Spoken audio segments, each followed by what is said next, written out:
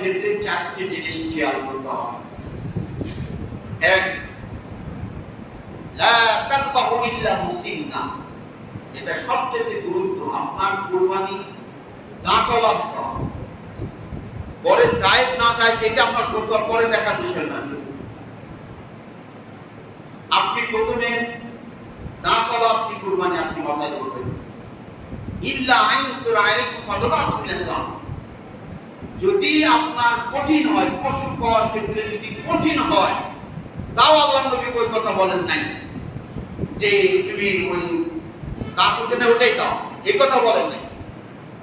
তাহলে যখন পাওয়াই যাচ্ছে না, কঠিন হয়ে গেল, দাঁতওয়ালা যখন পাওয়া যাচ্ছে না, তাহলে একটা ভেড়া দাও। আর আমরা তো সহজ ফতুয়াটা দিতে পারি, কারণ মিষ্টি খাওয়া সুন্নাহ, আর মিষ্টি কে না পছন্দ করে। তো ঠিক এরকমই সুন্নাহ, গোশত তো বেশি হবে, আর দাঁত উঠে নাই তার মানে বাজার থেকে 2-5 হাজার টাকা কম হবে, তাহলে তো সহজটা তো আমাদের নেওয়া উচিত, এরকম একটা ধান্দা আমাদের। তো তাহলে আল্লাহ বলে তাহলে ওটা দরকার নাই, তাহলে ভেড়া বাচ্চা দাও।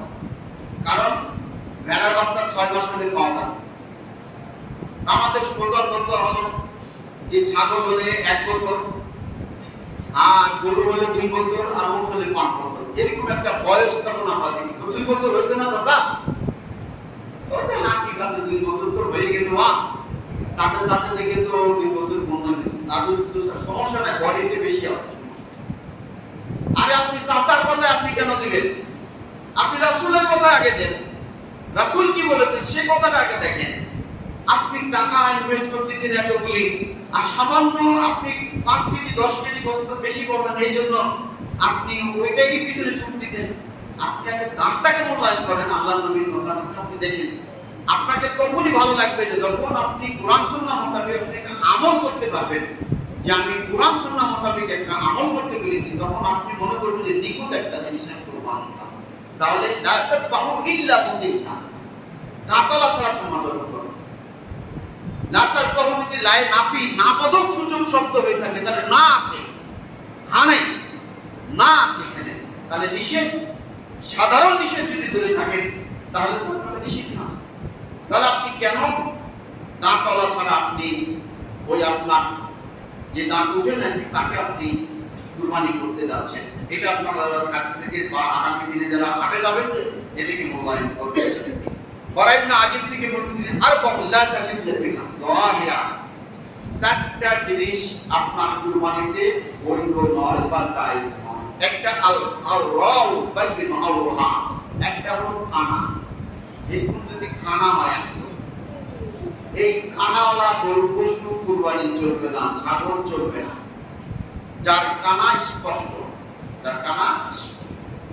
ওয়াল মারিদাতু আল বাইতু মারহুহা, রুগ্ন জরাজীর্ণ, এখন তো বলবার এটা সেটা কিনে একেবারে বিক্রি, এখন তো আপনি ফ্রিজে থুয়েই প্রধান বিক্রি করতে হয়, এরকম পর্যায়ে মানুষের বিবেক বা এখন এমন পর্যায়ে যে আপনার মোটা তাজাকরণগুলি যেভাবে করা হচ্ছে, যেটা মানুষের জন্য স্বাস্থ্যের জন্য ক্ষতিকর। এখন সরকার কিভাবে এগুলি মেডিসিন আবিষ্কার করে বা কি করে সেটা ভিন্ন কথা, ওগুলি আমি বলতে যাব না।